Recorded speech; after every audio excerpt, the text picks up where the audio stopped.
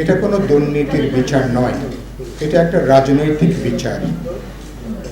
এই সরকার তার প্রধান রাজনৈতিক প্রতিপক্ষ বিএনপি তথা বিএনপির চেয়ারপারসন, এদেশের জনগণের এই মুহূর্তে সবচেয়ে জনপ্রিয় নেত্রী বেগম খালেদা জিয়া বিএনপি বা বিরোধী দলকে রাজনৈতিকভাবে মোকাবেলা করতে না পেরে তাদেরকে একটা বিচারিক শাস্তির মধ্য দিয়ে রাজনৈতিক প্রতিপক্ষকে রাজনৈতিক দৃশ্যপট থেকে সরিয়ে দেওয়ার জন্যে যে এই বিচারের আয়োজন, শাস্তির আয়োজন, এটা দেশবাসী সবাই জানে।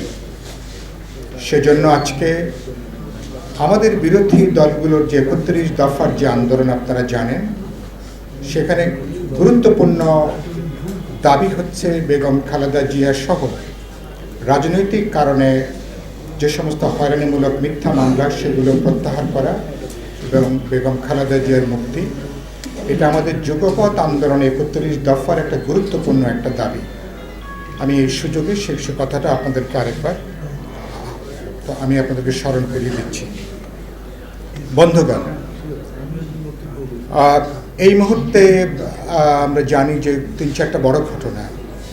আমাদের ছাত্ররা কোটা বিরোধী আন্দোলনে তারা এখন রাজপথে আছে। আজকে তারা একটা অনলাইন এবং অফলাইনে দেশব্যাপী তারা গণসংযোগ করবে, আমরা জেনেছি। এখানে কোটা আন্দোলনের নেতা, এখানে ডাকসুর সাবেক ভিপি নুরুল হক নূর, যারা এই আন্দোলনের সূত্রপাত করেছিলেন, তারা আছেন। তাদেরই পরবর্তীকালে উত্তরসূরি আর সেই চেতনা উদ্বুদ্ধ হয়ে হাজার হাজার নয় লক্ষ লক্ষ ছাত্রছাত্রীরা তারা এখন রাজপথে আছেন। একটা ন্যায্য দাবি, একটা যৌক্তিক দাবি। সরকার এই ন্যায্য এবং যৌক্তিক দাবিটাকে আদালতের ঘাড়ে বন্দুক রেখে তারা এই বিষয়টা থেকে তারা তাদের দায় মুক্তি চায়। আমি পরিষ্কার করে বলতে চাই, এটা আদালতের ঘাড়ে, উচ্চ আদালতের ঘাড়ে বন্দুক রেখে এই সংকটের সমাধান করা যাবে না। এটা কোনো আইনগত কোনো বিষয় না, এটা রাষ্ট্র তথা সরকারের একটা রাজনৈতিক সিদ্ধান্তের বিষয়।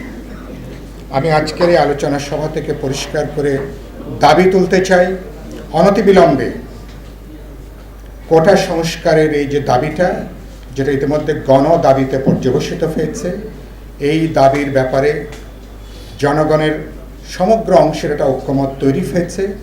নীতিগতভাবে সেটাকে মেনে নেওয়া দরকার।